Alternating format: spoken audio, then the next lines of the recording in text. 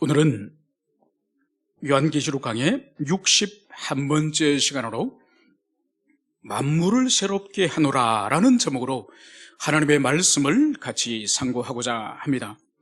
우리는 그동안 그리스도 예수의 재림을 통하여서 그 이후에 일어날 종말론적인 사건과 그리고 만물의 최후의 상태에 대해서 계속적으로 살펴보고 있습니다. 먼저 악의 삼위일체를 이루는 사탄과 두 짐승은 백마를 탄 그리스도와 아마겟돈 전쟁, 곡과 마곡의 전쟁에서 이제 피하여서 산채로 붙잡혀서 유황불못이 타고 있는 그 연못으로 던져집니다. 그리고 사탄을 따르던 땅의 왕들과 땅의 이 불신 세력들은 하늘로부터 임한 불로 모두 불태워지는 것을 보았습니다. 이어서 역사 속에서 모든 죽은 자들은 예수를 믿거나 믿지 않거나 예외됨 없이 모든 죽은 자들은 크고 흰 보좌 앞에서 이제 심판을 받으니 그 생명책에 이름이 없는 자는 누구든 막론하고 바로 영원히 불타는 이 유황불못으로 던져짐을, 그것을 우리는 이미 살펴봤습니다. 이것이 바로 뭔가 하니까 악의 최후의 상태, 악인의 최후의 상태, 사탄과 이 짐승들의 최후의 상태인 것입니다.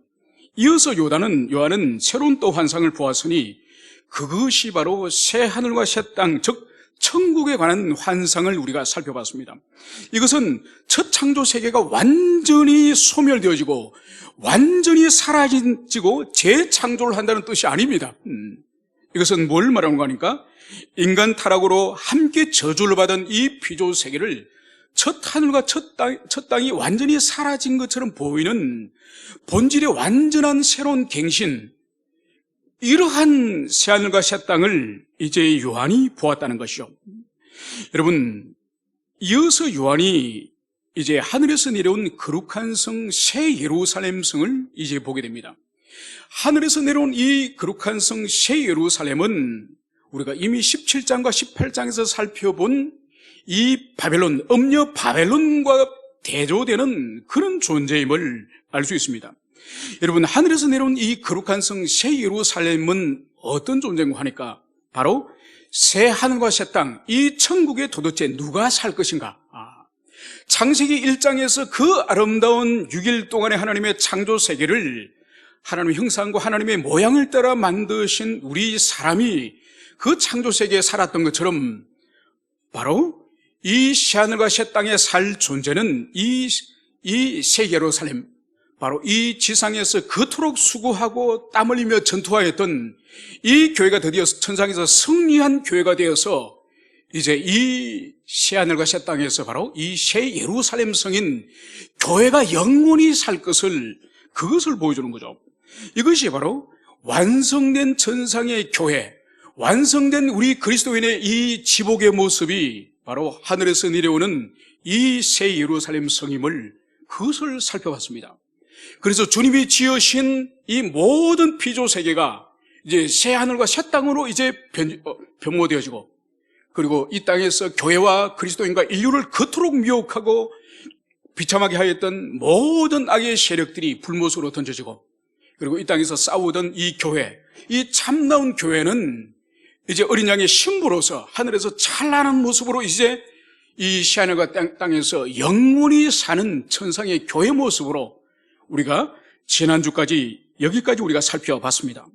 이제 오늘은 5절로 이제 돌아와서 다시 보좌에 앉으시니까 이제 말씀을 이제 또다시 시작을 하게 됩니다. 그런데 오늘 보좌에 앉으시니 말씀하시는 이분이 누구일까요? 여러분, 요한계시록에서는 보좌에 앉으시는 일관되게 성부 하나님을 지칭합니다. 그러니까 성자 하나님에 대해서는 보좌와 관련해서 보좌 가운데 계시니, 보좌 가운데 앉아 계시니, 중간에 앉아 계시니 이런 표현은 있지만은 보좌에 앉으셔서 말씀하시는 분은 성부 하나님을 지칭하는 것입니다. 오늘 이 성부 하나님께서 오늘 말씀하시기를 이렇게 말씀하십니다. 나는 만물을 새롭게 하노라. 내가 만물을 새롭게 하노라. 여러분, 이 요한계시록에는 이 하나님과 천상적 존재들의 말씀들이 많이 등장하지만은 직접적으로 하나님이 직접 말씀하시는 것은 많지가 않습니다.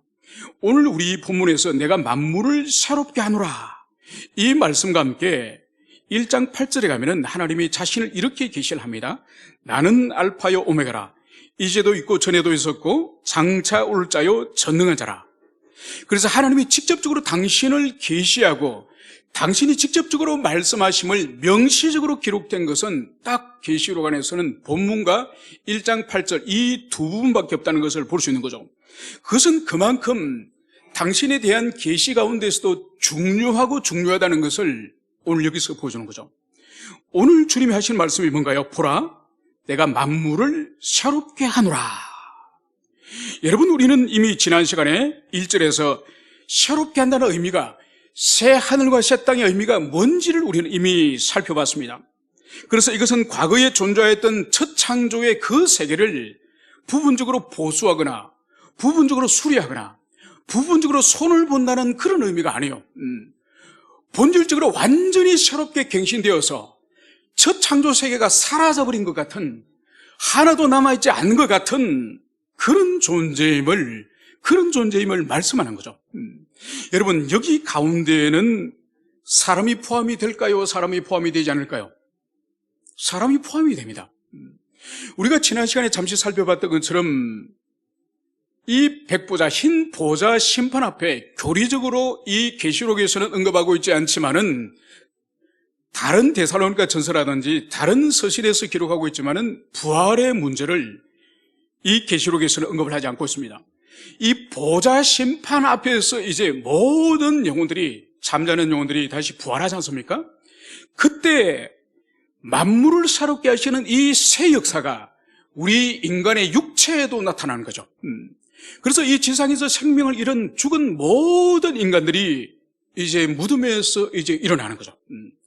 그 사람이 땅 속에 묻혀서 흙으로 돌아갔든지 아니면은 바다의 해운 사고를 통해서 물고기 뱃속으로 들어갔든지 아니면 화장을 통해서 그 사람의 모든 신체가 불타고 이 분골밖에 남지 않는 그런 상태로 돌아갔던데 상관없이 주님께서는 창조의 능력을 통해서 예수를 믿거나 믿지 않는 모든 자를 부활시키는 거죠.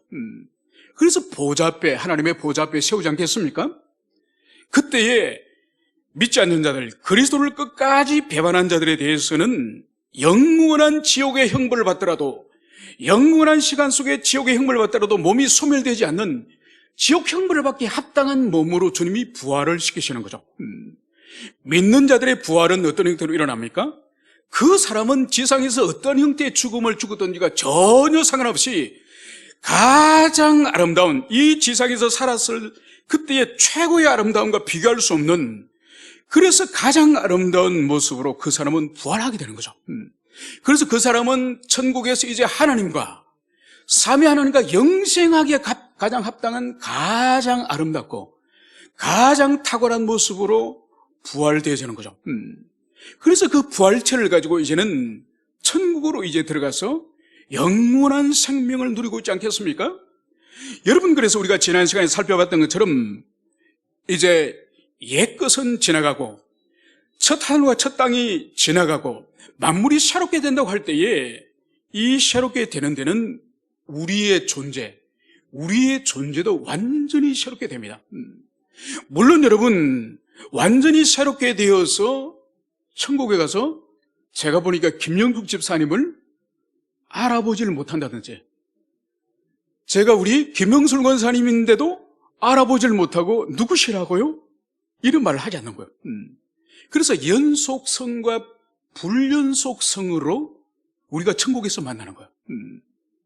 그래서 예수님께서도 엠마오로 가는 길에서 제자들이 주님과 대화를 나누었지만은 주님인 줄 몰랐지 않습니까? 불연속성이에요. 그런데 갈릴리 호수에서 제자들이 물고기를 잡다가, 낙심하여서 물고기를 잡다가 저기 호수 건너편 육지에서 주님께서 제자들을 부르지 않습니까? 그때 베드로가 우리 주님인 것을 알아보고 그 호수로 뛰어들어가서 헤엄을 친 거죠. 그래서 우리가 완전히 새로운, 이 땅에서 여러분들이 우리가 지금 서로 보고 있을 때 얼굴에 스금스금하고 주름살이 있고 우리의 이 연약한 모습들, 이런 모습은 전혀 없습니다. 완전히 새로운 모습이에요. 완전히 영광스러운 새로운 모습인데, 그런데 알아볼 수가 있습니다. 그러니까 제가 여러분들을 천국에서 못 알아봐서 우집사님이라고요? 정말 이렇게 변화되신 거예요? 이렇게 확인하지 않을 정도로 알긴 알되, 그러나 이 지상의 모습과는 완전히 다른 탁월한 모습으로 그렇게 변화되는 거예요. 여러분, 그래서 이 변화의 이 본질, 이 변화의 문을 통과하는, 그리고 이 지상의 이 우리 육신의 이 한계, 이 주름지고 질병을 가지고 있고 이 허물을 벗어버리고 영광스러운 이 새로운 모습으로 변화되는 그 전환점이 뭔지 아십니까? 바로 죽음이에요, 죽음. 여러분, 죽지 않으면 절대로 영광스러운 모습으로 변화될 수 없는 거예요. 그 죽음을 통해서 이 지상에서 가지고 있던 모든 약함들, 모든 더러움들, 모든 불완전한 이것을 완전히 청산하고 완전히 버려두고 천국에서 가장 살기에 적합한 우리의 육체로 변화되는 그 변화가 바로 죽음을 통해서, 죽음이란 이 문을 통과할 때에 우리가 영광스럽게 변화되는 거예요. 그래서 우리 그리스도인들은 이 죽음이 바로 천국의 삶에 합당하도록, 변화시키는 이 바로 원동력이, 이 출입문이 이 죽음인 것을 여러분들이 가슴에 새기시기를 간절히 축원합니다. 오늘 주님께서는 이제 보라, 내가 새 하늘과 새 땅을 창조하노니 이전 것은 기억되거나 마음에 생각하지 않을 것이다 라고 이미 일찍이 이사야 선지자를 통해서 구약에서 이미 말씀하셨습니다. 그래서 이사야서 이 65장의 이 말씀은 바로 오늘 보라, 내가 만물을 새롭게 하노라, 이 말씀과 짝을 이루는 거예요. 그래서 이사야 이 말씀은 바로 오늘 계시록 21장 5절을 통해서 성취되는 거예요. 그래서 이사야가 이전 것은 기억되거나 마음에 생각나지 않을 것이다. 여러분, 오늘날도 전 세계적으로 자연 풍광이 가장 아름답다고 알려진 몇 개의 그런 휴양지들이 있습니다. 전 세계에서 1, 2, 3등을 꼽으라면은 이렇게 기록이 되어 있더라고요. 파푸아뉴기니아의 그게 열대우림, 이 열대우림이 그렇게 아름답더만요. 그리고 두 번째로는 갈라파고스 제도에 있는 그 섬들, 그리고 아프리카 세이셸 섬. 그러니까 사진을 보니까 거의 이 지상에 우리나라에서 아름다운 그런 풍경하고 비교할 수 없습니다. 그러니까 거의 지상에 낙원이 임했다고, 천국이 임했다고 할 정도로 그 열대우림이나 갈라파고스 섬의 그 아름다운 비경이나, 그리고 아프리카 이 세이셸 섬 얼마나 어려운지 몰라요. 그런데 오늘 성경은 이런 것조차도 이제 다시는 기억되거나 생각나지 않을 것이다. 그러니까 그 천국이 우리가 상상할 수 없는, 우리가 아무리 아름다운 것을 상상하더라도 그 이상인 그런 아름다운 그런 모습임을 볼 수 있습니다. 가끔씩 이렇게 친구들하고 이렇게 통화를 하거나, 특히 사업하는 친구들을 이렇게 연락을 하면은 자기 자랑들을, 이제 50대 중반 되면 자랑들을 합니다. 그 자랑 가운데 몇 가지가 있어요. 뭐 자식 자랑, 뭐 차 자랑, 뭐 차를 요번에 뭐 벤츠로 바꿨는데 뭐 차 자랑, 이런 것을 합니다. 또 한 가지 자랑을 뭐 하는 거니까 해외여행 자랑을 그렇게 하더만요. 그래서 1년에 한두 번씩은 이제 여행을 다니는 거죠. 그게 이제 오늘날 뭐 최소한 상류층의 기본적인 품위로서 최소한 1년에 한 달 정도는 시간을 내가지고 전 세계적으로 여행을 다닌 것이 어느 정도 교양도 있고 경제적인 능력이 있다는 것을 그렇게 증명을 하다간요. 뭐 저는 자랑할 것이 전혀 없죠. 그 가운데 하나도 없죠. 그러면서 저는 이제 이 천국을 묵상할 때마다, 그래, 너희들이 갈라파고스를 갔다고, 너희들이 푸켓을 갔다고, 너희들이 파타야를 갔다고, 우리 주님께서 나중에 보여주실 이 천국은 그런 것은 생각도 나지 않을, 그런 것들하고 비교할 수 없는 그런 아버지 집, 그런 천국에 우리는 갈 것이다.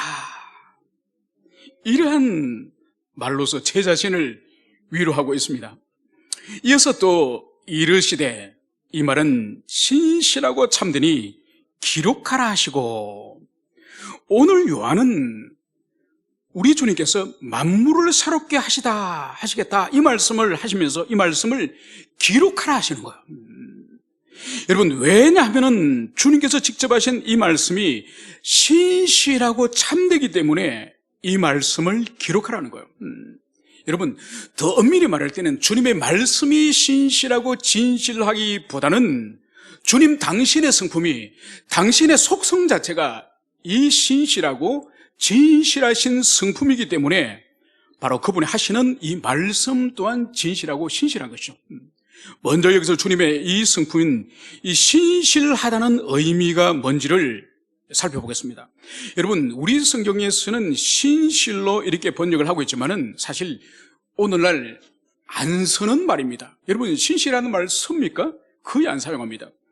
오히려 이것은 신뢰할 만하다, 믿을 만하다, 성실하다 이렇게 번역하는 것이 이 피스토스 이 헬라어에 더 적합하다고 볼 수 있습니다. 이것은 뭘 말하는 거니까 하나님께서는 지키지도 못할 헛된 약속, 헛된 공약을 남발하시는 분이 아니라 반드시 말씀하신, 약속하신 말씀을 성취하신 여호와, 성취하신 하나님이다. 이것을 말씀하시는 것이 바로 주님의 이 신실하신 것입니다.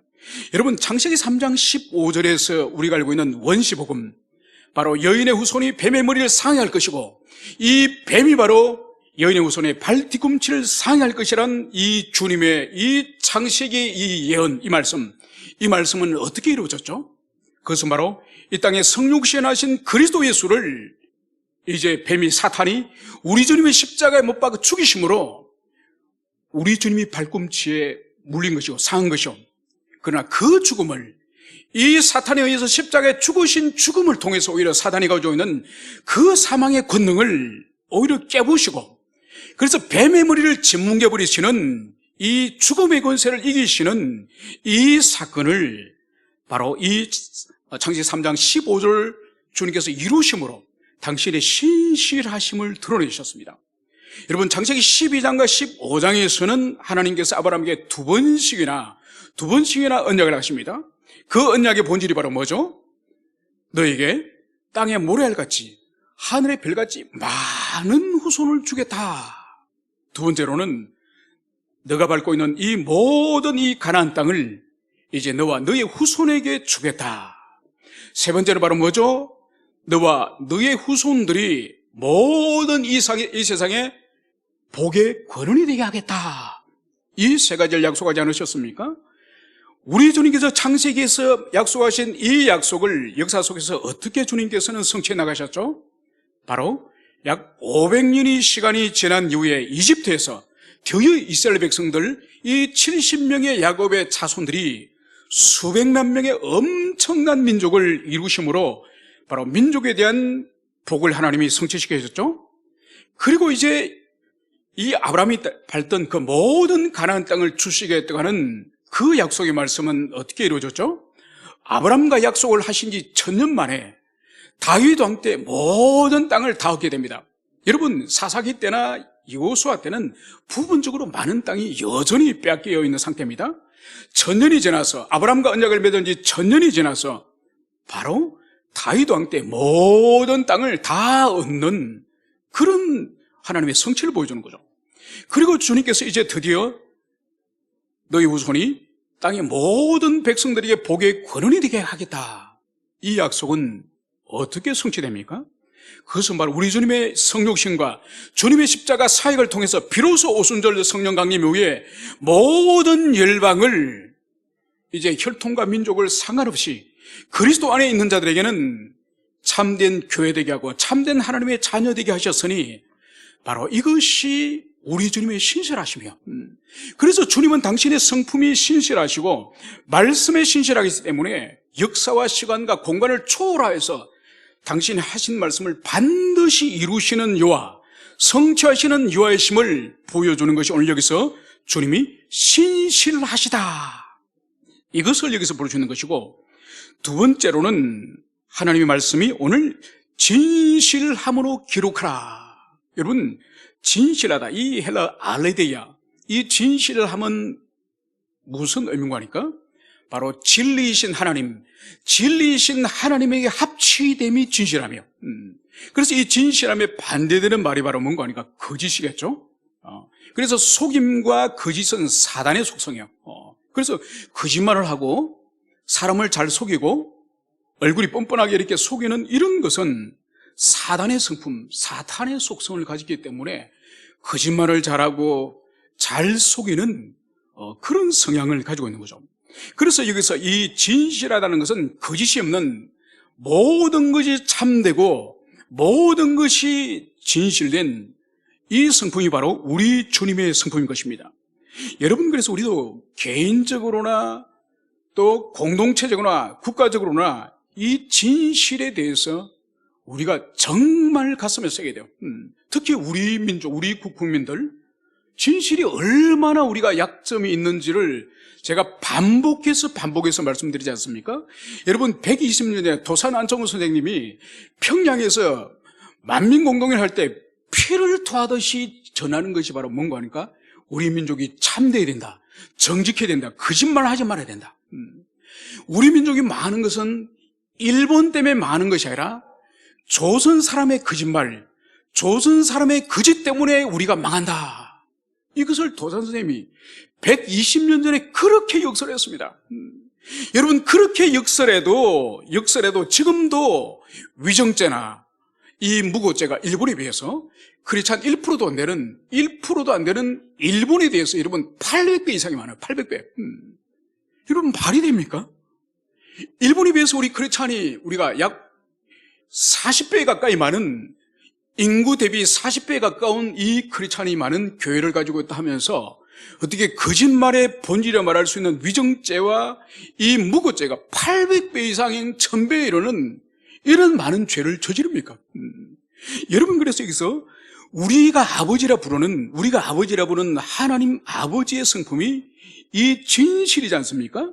진실이기 때문에 우리 그리스도인들 한 사람 한 사람이 진실해야 되고, 그리고 우리뿐만 아니라 우리 사회와 이 국가 전체가 이 진실과 정직에 우리가 목숨을 걸어야 돼요. 여러분, 이것을 잃어버리면 여러분 살아서 사는 것이 아니에요. 여러분, 그래서 우리나라의 지금 대표적인 이단 가운데 한 이단이 거짓말을 얼마나 잘합니까? 여러분, 그 교파에서는 아예 거짓말을 가르쳐요. 그래서 멀쩡한 교회를 파고 들어가서 위장으로 신자임으로 가장을 해가지고 그 교회를 접수하지 않습니까? 그것을 예전에 산옮기 작전이라고 2000년대 초에 그 이단에서 그 일을 했지 않습니까? 여러분, 예전에 그 이단 그 교육을 시키는 장면을 봤습니다. 그래서 이 기존 교회에 들어와서 어떻게 자신의 신분을 세탁하고, 그리고 목회자와 중진들에게 눈에 띄기 위해서 어떻게 헌신하고 열심을 할 것인지 그것을 가르칩니다. 그리고 헌금을 얼마나 열심히 하는지, 전도를 얼마나 잘하는지, 다른 사람 가정을 얼마나 잘 돌보는지, 여러분, 이것을 가르치는 거죠. 그러면서 그 강사가 하는 말이 있습니다. 여러분, 이것은 우리의 모략이에요. 하나님이 주신 지혜예요. 여러분, 사람을 속이고 교회를 속이고 그 교회를 자기 이단으로 접수하는 이 모략, 이 속임을 하나님의 지혜라고 말하는 거예요. 여러분, 그것은 절대로 옳지 않은 거죠. 철저히 그들이 사단의 영에 사로잡혔기 때문에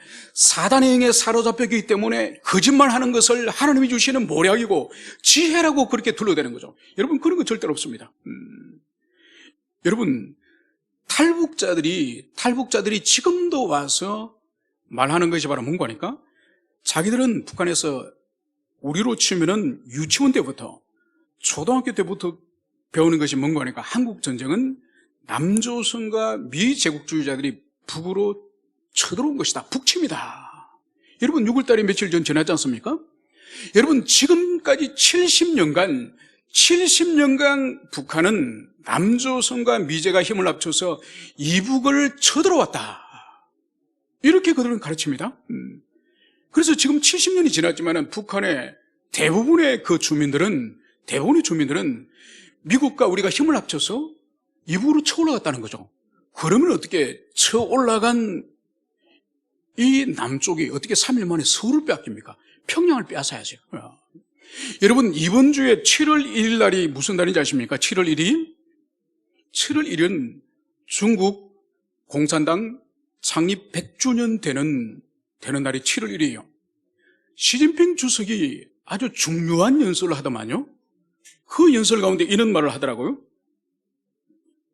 우리 중국은 지난 100년 동안 한 번도 이 외국을 침략하거나 박해하거나 그래서 식민지를 삼거나 노예를 삼은 적이 없고 앞으로도 영원히 없을 것이다.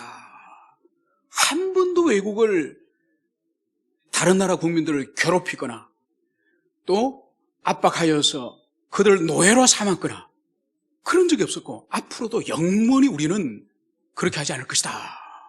여러분, 티벳과 네팔은 무엇입니까? 티벳과 네팔은 무엇입니까? 그리고 또 우리가 북침을 했다고 하는데, 북쪽에서는 북침을 했다고 하는데 그들이 압록강을 건너서 왜 100만 명이나 되는 엄청난 군대를 이 땅으로 내려보냅니까? 그래서 여러분, 그 중국 공산당 100주년 그 기념일에 가장 큰 훈장을 받는 사람이 누군지 압니까? 여러분, 언론을, 신문을 보셔서 아시겠죠?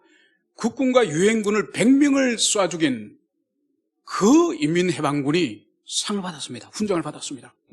여러분, 그것 자체가 이미 전쟁에 개입하였고 타국에 개입하였고 침략 전쟁에 참여하였음을 그것을 보여주는 거예요. 여러분, 뭘 보여주는 거니까 이단이나 아니면 적그리스도의 그 세력들이나 본질이 그들이 가지고 있는 이 정신과 사상의 본질이 바로 뭐냐? 바로 사단의 영을 가진 거예요. 사단의 영을. 여러분, 사단의 영을 가졌기 때문에 거짓말을 거짓말로 인식을 하지 않습니다. 그들은 모략이고 지혜고 그들의 정당한 행동이라는 것을 그들은 당당히 말하는 거죠. 그들에게는 참과 거짓 자체가 없는 거예요. 그들의 목표를 이루기 위해서는 무엇이든지 말할 수 있고 무엇이든지 저지를 수 있고 무엇이든지 할 수 있는 것이 바로 이 사단의 영을 가진 사람들의 그 속성이라는 것을, 그것을 우리가 가슴에 새게 될 것입니다.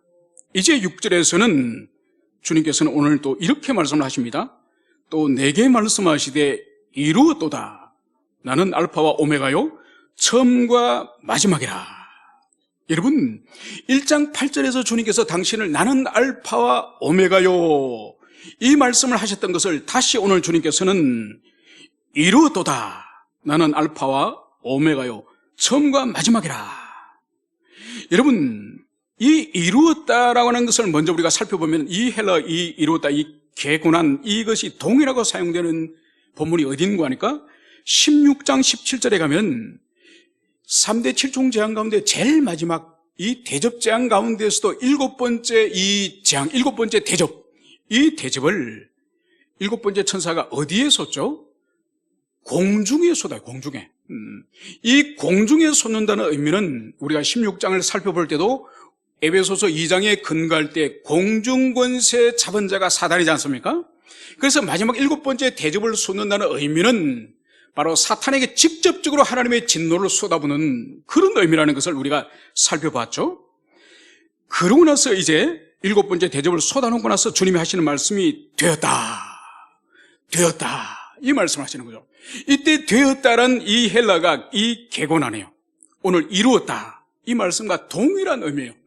그래서 오늘 이루었다는 말씀이나 7번째 대접을 쏟아붓고 나서 되었다 이 말씀이 같은 의미라는 것을 여기서 볼 수 있습니다. 그런데 여러분, 이루었다라고 하는 이 의미를 우리가 더 밝히 이해하기 위해서는 바로 이어지는 나는 알파와 오메가요 처음과 마지막이라 이 말씀을 통해서 더욱더 명확하게 드러나는 것입니다. 여러분, 알파 오메가는 우리가 알다시피 이 헬라 알파벳의 첫 번째 알파벳과 마지막 알파벳이 알파와 오메가입니다. 우리로 친다면은 기억에서 시작하여서 히읗으로 끝나죠, 그죠? 바로 나는 기억이요 히읗이다. 그런 의미를 가지고 있는 거죠. 여러분, 이것은 뭔가 하니까 바로 하나님이 역사의 시작, 즉 하나님이 만물을 지으신 창조주시오, 그리고 역사의 마지막 종말 끝을 주관하신다. 즉 역사의 마지막인 이 만물을 새롭게 창조하시는 이 새 창조에 주님이 또 주관하신다. 이런 의미를 가지고 있습니다. 그리고 더 나아가서 주님이 이 모든 만물을 창조하신 이 창조의 사역을 시작하셨다고 한다면은, 시작하신 분이 하나님이라고 한다면은 마지막 끝맺음을 하시는 분, 끝까지 이 마지막 끝맺음을 하시는 분이 하나님이시다. 이 의미가 여기에 함께 있는 것임을 볼 수 있습니다. 그래서 하나님께서는 이 창조의 목적을 마지막 종말 때까지도 온전히 성취하시는 그런 분이심을 여기서 보여주고 있습니다. 이어서 하나님께서는 내가 생명수 샘물을 목마른 자에게 값없이 주리니, 여러분 생명수 샘물을 오늘 주님께서 값없이 공짜로 이 생명수 샘물을 오늘 주시겠다고 말씀을 하고 있습니다. 그러면 이 생명수 샘물이 뭔지를 우리가 살펴보면 이미 우리가 이것을 7장 17절에서 이미 주님께서 말씀하셨습니다. 이렇게 말씀을 하시는 거죠. 보좌 가운데 계신 어린 양이 저희 목자가 되사 생명수 샘으로 인도하시고, 여러분 보좌에 앉아 계시는, 지금 보좌의 한가운데 앉아 계시는 어린 양 우리 주님께서 저희를 바로 생명수 이 샘으로 인도하신다고 말씀을 하고 있습니다. 여러분 그래서 생명수 샘이 동일한 의미로 여기서 사용이 되는데 이것이 뭘까요? 바로 그리스도 예수께서 우리를 인도하여서 생명수 샘으로 인도한다고 하는데 이 생명수 샘이 도대체 뭘까요? 이것은 바로 생명의 근원, 생명의 근원이신 하나님을 말하는 거죠. 그래서 예수님이 친히 나로 말미암지 않고는 아버지께로 올 자가 없다고 말씀하신 것처럼 우리 주님이 우리를 인도하여서 가는 곳이 바로 생명수 샘인 하나님께로 우리를 인도하실 것임을, 그것을 여기서 볼 수 있습니다. 여러분 그런데 이 본문 가운데 우리가 주의 있게 보면은, 그런데 이 생명수 샘물을 도대체 누구에게 값없이 주시겠다고 오늘 말씀을 하고 있습니까? 누구에게 준다고요? 목마른 자에게. 여러분 아무에게 주는 것이 아니라 목마른 자에게. 그래서 목이 말라서 물을 찾는, 이 생명수 샘을 찾는 자, 그 찾는 자에게 주님 이 생명수 샘을 값없이 무료로 주겠다는 이 말씀을 여기서 하고 있습니다. 여러분 성경에서 목이 마르다고 하는 것은 이 목이 말라서 수분이 부족하여서 이 물을 마시고 싶은 이 목마름을 성경에서 말하지 않습니다. 여러분 시편에서 목마른 사슴이 바로 시냇물을 찾기에 갈급한 같이 내 영혼이 주를 찾나이다. 여러분 이 말씀만큼 주님을 찾는다는 의미를 바로 사슴이 목이 말라서 이 시냇물을 찾는 이 절묘한 비유가 없습니다. 여러분 그래서 여기서도 이 생명수 샘물을 값없이 마실 수 있는 사람은 바로 목이 마른 사람이에요.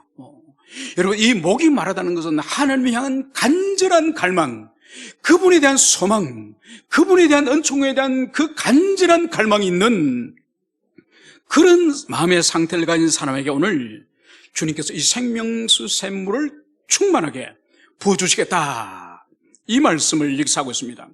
여러분 이것은 역대하 16장 9절, 제가 매주 토요일마다 여러분들에게 보내드리는 그 카톡에 제일 먼저 등장하는 말씀이죠. 여호와는 온 땅을 두루 감찰하사 전심으로 자기를 향하는 자들 위하여 능력을 베푸시나니. 여러분 하나님은 언제든지 능력을 베풀고 은혜를 베풀기를 하나님은 간절히 찾고 계세요. 그래서 주님께서도 온 땅을 두루 감찰하사 온 세상에 그런 영혼이 있는지를 주님은 찾으시는 거예요. 바로 그 영혼이 누구라고요? 전심으로 하나님을 찾는 자, 전심으로 주님을 찾는 자에게 주님께서는 능력을 베푸시는 거예요. 여러분은 하나님은 아무에게나 능력을 베푸시는 분이 아니에요. 그냥 교회만 다니고 신앙생활을 모양만 하는 사람에게 은혜를 베푸는 것이 아니라 분명히 주님은 능력을 베푸는 사람이 누구라고요? 전심으로 찾는 자, 전심으로 찾는 자에게 주님께서는 능력을 베푸신다는 이 말씀을 여러분들이 가슴을 새기시기를 축원합니다. 여러분 그래서 오늘날 문제가 뭔가 하니까 교회는 다르고 신앙생활은 오래 하는데 문제는 하나님을 전심으로 갈망하지 않는다는, 전심으로 주님을 찾지 않는다는 거예요. 여러분 이것이 오늘날 삶이 부유해지고 풍족해지면서 이 문제는 더욱더 심각해졌습니다. 물론 어떤 사람은 전심으로 찾는다 그럽니다. 그러나 그것은 엄밀히 말해볼 때에 하나님의 능력을 찾거나 하나님의 지갑을 찾거나 하나님의 금고를 찾는 거예요. 하나님 자신을 구하는 것이 아니에요. 하나님 자신을 만나려고 미친 듯이 목마른 듯이 그렇게 몸부림을 쳐야 되는데 하나님의 능력과 하나님의 지갑과 하나님의 금고 있는 그 현금을 달라는 거예요. 여러분, 그런 자에게는 하나님의 은혜와 능력이 나타나지가 않는 것입니다. 여러분, 그래서 간절히 우리가 주님을 찾기 위해서 제일 먼저 중요한 일이 바로 뭔가 하니까 자신의 영혼의 비참함에 대해서 인정을 해야 돼요.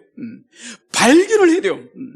자기 영혼이 지금 살아있지도 못하고 병들어 있고 영혼이 살았으면 꽃피고 열매를 맺고 자랄 텐데 생명의 역사가 자기 영혼에 없는 것을 인정하지 않는 거예요.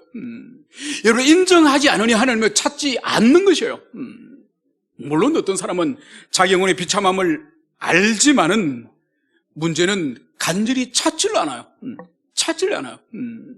여러분, 그래서 오늘날 현대의 우리 대한민국의 청소년과 청년들이 가지고 있는 가장 큰 질병이 뭔지 아십니까? 가장 큰 질병, 우리 청소년과 청년들이 가지고 있는, 그리고 물론 청소년뿐만 아니라 많은 사람들도 그렇지만은 인생에 분명한 목표가 없어요.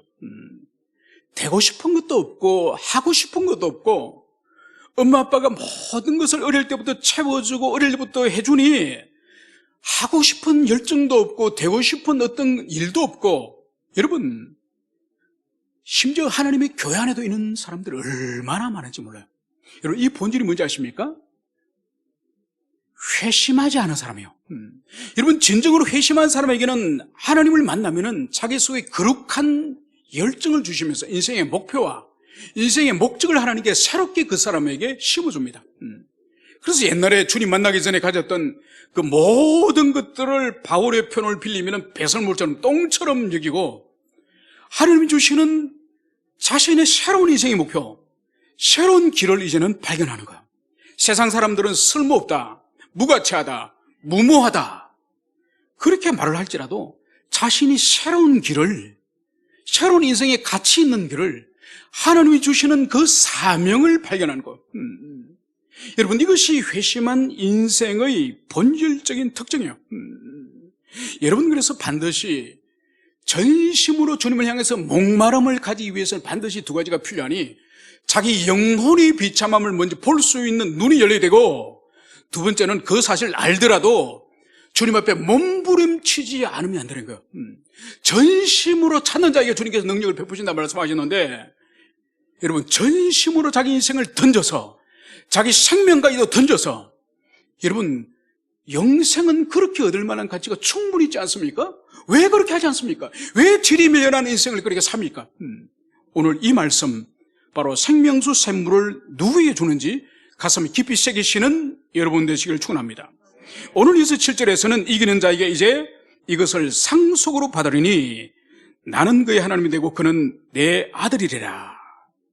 여러분, 여기서 오늘 이기는 자에게 주실 복을, 이기는 자에게 주실 복을 여기서 말씀을 하고 있는데, 여러분, 이기는다 하고 하는 것은 지금 이 계시록의 영적 전쟁, 이 영적 전쟁의 이미지를 가지고 있습니다. 그러면 이 영적 전쟁에서 이긴다고 하는 것은 바로 악한 사단과 이 세상과 자기의 욕망과 싸워서 이기는 그 이기는 자를 말하는 것이죠. 이 이기는 자에게 주실 복이 뭔가요? 바로 상속을 받을 것인데, 이 상속의 본질이 이어지는 나는 그의 하나님이 되고 그는 내 아들이 되리라. 바로 하나님은 우리의 아버지가 되고 우리는 하나님의 아들이 되는 거예요.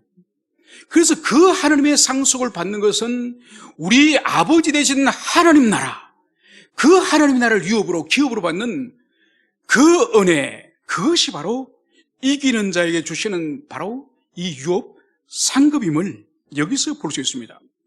여러분, 얼마나 귀한 것이에요. 여러분이 만약 아버지가 이 땅에서 돌아간 이건희 회장이 만약 여러분의 아버지라면은, 아니면은 여러분이 아직 청년이라고 한다면은 여러분의 아버지가 이재용 부회장이 여러분의 아버지라면 여러분 어떻게 살겠습니까? 얼마나 당당하고 얼마나 자랑스럽게, 얼마나 꿀림 없이 당당하게 이 세상에서도 살지 않겠습니까? 그런데 우리 아버지가 이재용이나 이건이나 이게 기업의 회장이 아니라 바로 이제 천국이 완성되어지고 그 천국에 하나님이 우리의 아버지가 되고 우리가 그분의 아들이 되는 이 상속자가 되는 것이요. 여러분, 얼마나 영광스럽습니까? 눈으로 이제는 주님을 얼굴을 대면하는 그런 친밀함 가운데에 하나님의 임재 충만한 가운데 이제 그분을 아버지로 부르는 이 특권이 우리에게 주어지니 얼마나 영광스럽습니까? 이 땅에서 정말 보잘것없고 이 세상 사람들에게 알려지지 않고 심지어 이 땅에서 직분도 없이 아무런 그런 성인도 없이 우리가 천국을 간다 할지라도 우리 모두가 진실로 그리스도 안에 있는 자라고 한다면 하나님을 아버지라 부르는 상속자가 됨을 여기서 말씀하는 거예요. 여러분, 이건 관념이 아니에요. 실제로 이루어질 것을 지금 이 요한을 통해서 말씀하시는, 이걸 믿어야 돼요. 믿고 우리가 가슴 깊이 우리가 이 영적 자부심, 영적 자존감을 가지고 이 세상을 살아가야 되는 거예요. 그런데 오늘 하나님의 가족이 될 수 있는 이 놀라운 축복을 하셨는데, 오늘 8절에서는 그러나, 오늘 역접 접속사를 오늘 여기서 사용하고 있는 것을 보셨습니다. 그렇다고 한다면 이후에 영적 전쟁에서 이긴 자와 반대되어지는 영적 전쟁에서 참패한 자, 그리고 영적 전쟁에 참여하지 않은 이탈자들, 바로 이들이 이제 불과 유황 연못으로 던져질 텐데, 도대체 이들이 어떤 사람인지 오늘 요한은 8종류의 사람을 이제 열거하고 있습니다. 이제 마지막으로 이 8종류의 사람이 어떤 사람인지를 살펴보겠습니다. 첫째는 두려워하는 자들입니다. 여러분, 이것은 천성적으로 사람이 겁이 좀 많기도 하고 좀 소심하기도 하고 좀 담대한 사람도 천성적으로 그런 사람 있지 않습니까? 그것을 말하는 것이 아니에요. 여러분, 여기서 이 8가지의 이 불못으로 던져질 이 사람들은 이 소아시아 7교회의 편지를 쓸 때에 바로 그 로마의 지금 박해 가운데에 그 압제 가운데 있는 교회의 상황을 염두에 두고 여러분들이 이해하셔야 됩니다. 그래서 이 두려워하는 자는 천성적으로 겁이 많거나 두려움이 많은 자를 말하는 것이 아니라 바로 로마 제국의 그 배교의 압력, 그 배교의 압력 가운데 신앙을 지키기보다는 자신의 안위를 선택한 그런 사람을 여기서 두려워하는 자들. 두 번째로 믿지 않는 자들 또한 이 짐승의 압력, 로마 제국의 이 권세의 압력에 굴복하여서 신앙을 부정하는, 그리스도 예수께 경배하기보다는 바로 황제의 신상 앞에서 절을 하는 그런 자를 말하는 거죠.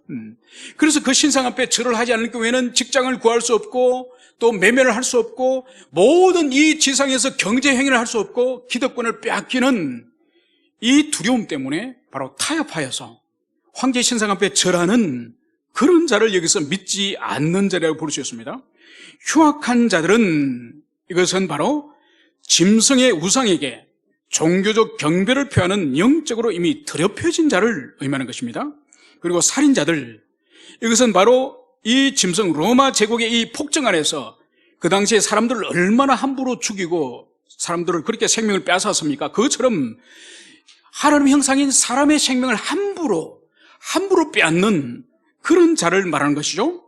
그리고 언맹하는 자들, 포르노이스, 오늘날 포르노 한 이 단어가 여기서 언맹회로부터 나왔습니다. 이것은 뭔가 하나님께 주신 우리의 육체를 하나님을 섬기는 데 사용하지 않고 우리 육체를 성적인 욕망으로 더럽힌 자들, 이런 자를 말하는 것이죠.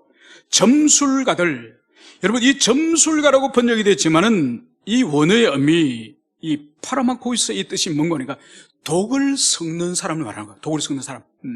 이건 뭔가 하니까 이 2000년 전 로마 제국 시대는 이 마술사들이 사람을 죽일 때는 독약을 사용해서 죽이기도 하고 또 어떤 사람은 이 신비로운 약을 사용해서 죽은 자를 오히려 살리기도 하는 이 치료의 일을 2000년 전에는 이 점술가들이 했습니다. 그래서 사람을 죽이기도 하고 살리기도 하는 이 방식이 2000년 전엔 독약을 사용했기 때문에 이 사람들이 바로 마술을 사용해서 사람들로 하여금 그 능력을 통하여서 미혹하는, 사람들에게 미혹하는 그 일을 했던 이 점술가들, 그리고 7번째 우상 숭배자들, 하나님께 돌려야 될 모든 영광을 하나님이 아닌 바로 이 땅에 속한 거짓된 우상들, 또 사상들, 이념들, 그게 사로잡힌 것을 우상 숭배라고 볼 수 있습니다.